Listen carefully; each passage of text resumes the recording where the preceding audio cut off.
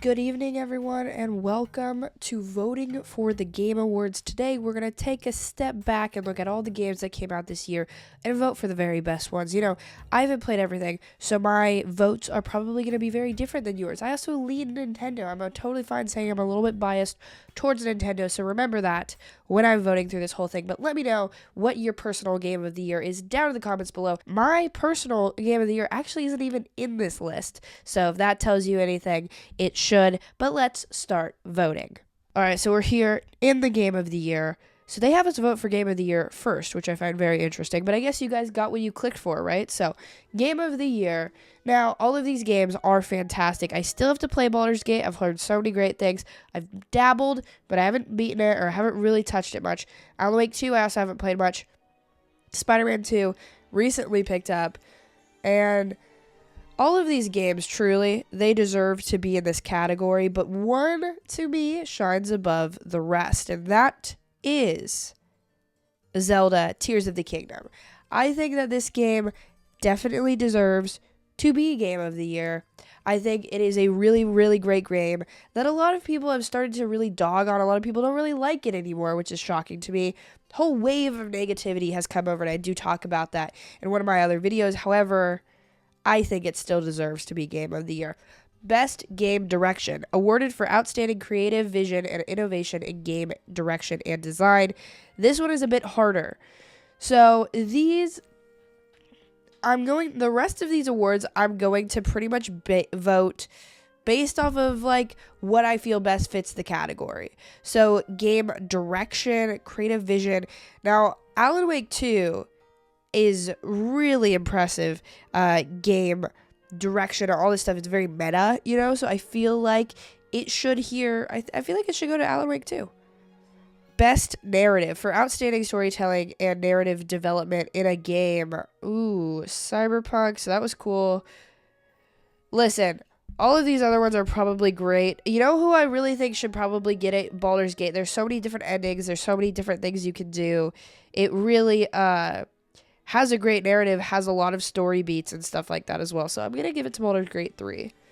Best art direction, for outstanding creative and/or technical achievement, artistic design, and animation. Hi-Fi Rush is fantastic, and I feel like that is honestly maybe the answer. But also, Mario Wonder has fantastic art. Some of the best graphics on the Switch, which I guess isn't saying a lot, but it is still very, very impressive.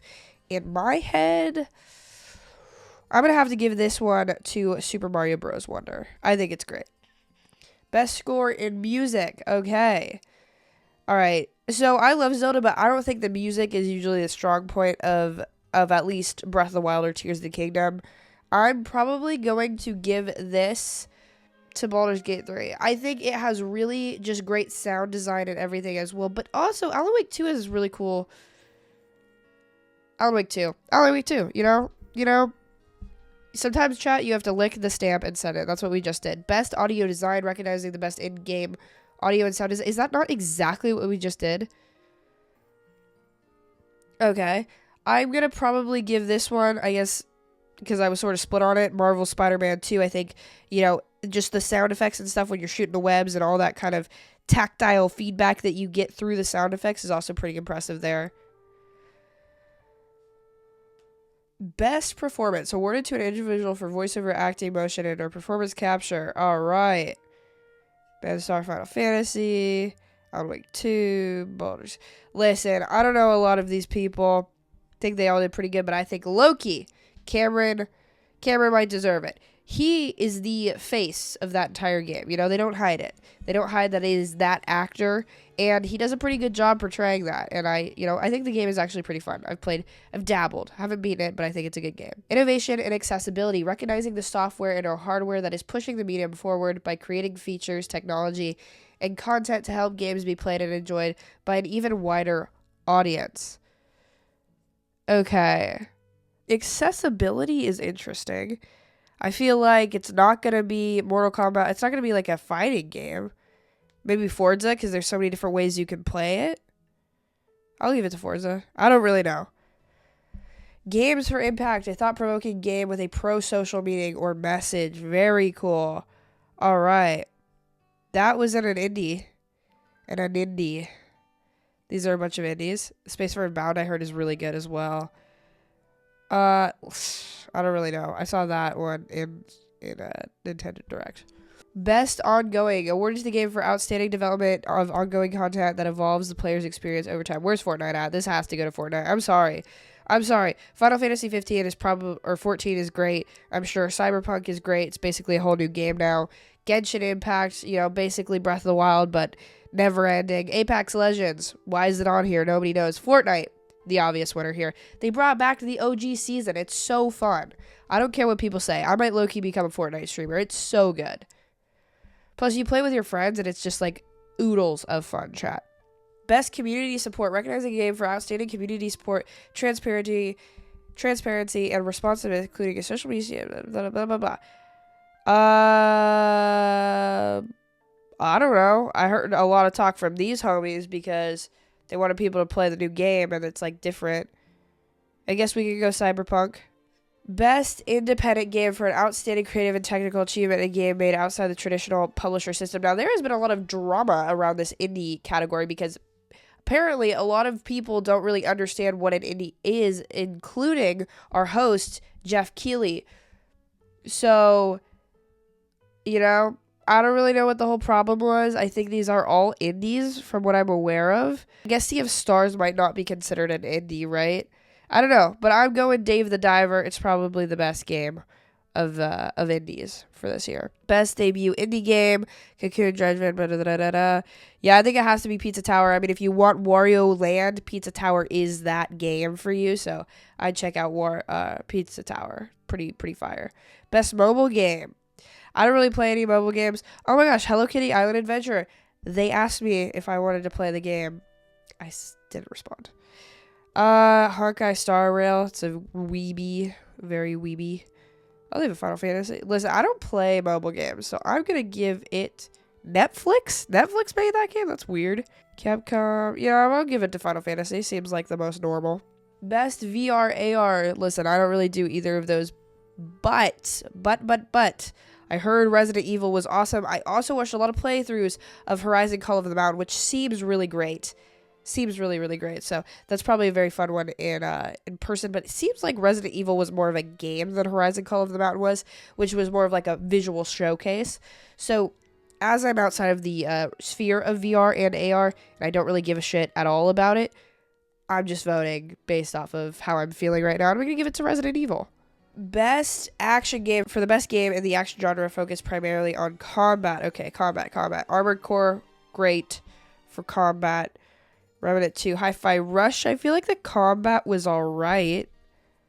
Listen, I don't know. I haven't played a lot of these. I'm going to give it to Armored Core because, I'm sure that's what the rest of the Spawncast guys did, so I don't want to get kicked. Just kidding. But I think it's probably the best one. Best action adventure. For the best action adventure game, combining combat with traversal and puzzle solving. Listen. All these games are probably great, but combat and traversal, I have to give it. Especially traversal. That has to go to Spider-Man 2. Best RPG. For the best game design and a rich player character, blah, blah, blah, blah, blah, blah. Starfield's here. It's not going to win it, but it's here. I actually don't even not like Starfield, but... Well, no, that's true. I actually don't like Starfield almost at all. However, people don't think I like an Xbox, so I have a video coming soon about how much I like the Xbox, so you guys can shut the up. But for the best game design with rich player character, customization, and progression, including massively multiplayer experience, it has to be Baldur's Gate. I mean, that's just like exactly what describes that game, right? Best fighting. For the best game design primarily around head-to-head combat. Yeah, it has to be Street Fighter 6. There's really no other option. Mortal Kombat's, good, but Street Fighter 6 is definitely superior in almost every way. The best game appropriate for family play, irrespective of genre or platform. So, family play is weird. That's such a weird one because it's like Pikmin, best family-friendly game on this list for sure, but you can't really play that multiplayer. And then we have Party Animals, which is exclusively multiplayer. Really great game. But we also have Super Mario Bros. Wonder, which has great, and I mean great multiplayer. So, out of all of these, my favorite game for sure is Pikmin. But if we're talking family game, co-op, which is what I think of, Pikmin doesn't have great co-op, but Mario Wonder has some of the best co-op. So I'm going to give it to Mario Wonder. I played through that entire game the first time, all in co-op. Best sim strategy game. This is where you guys are going to see my Nintendo bias for sure.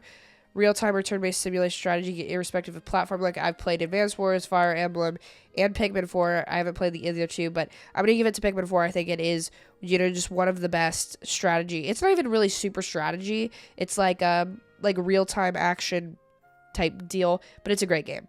I guess it is pretty strategy. I might have lied to you guys, but it's a very good game, so I'm going to give it to it. Best sports/racing.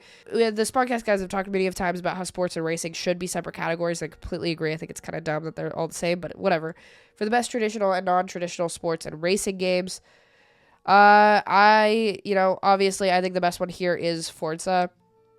I think it's a great game. Best multiplayer for outstanding online multiplayer gameplay, and including co-op and massively multiplayer, irrespective game genre or platform.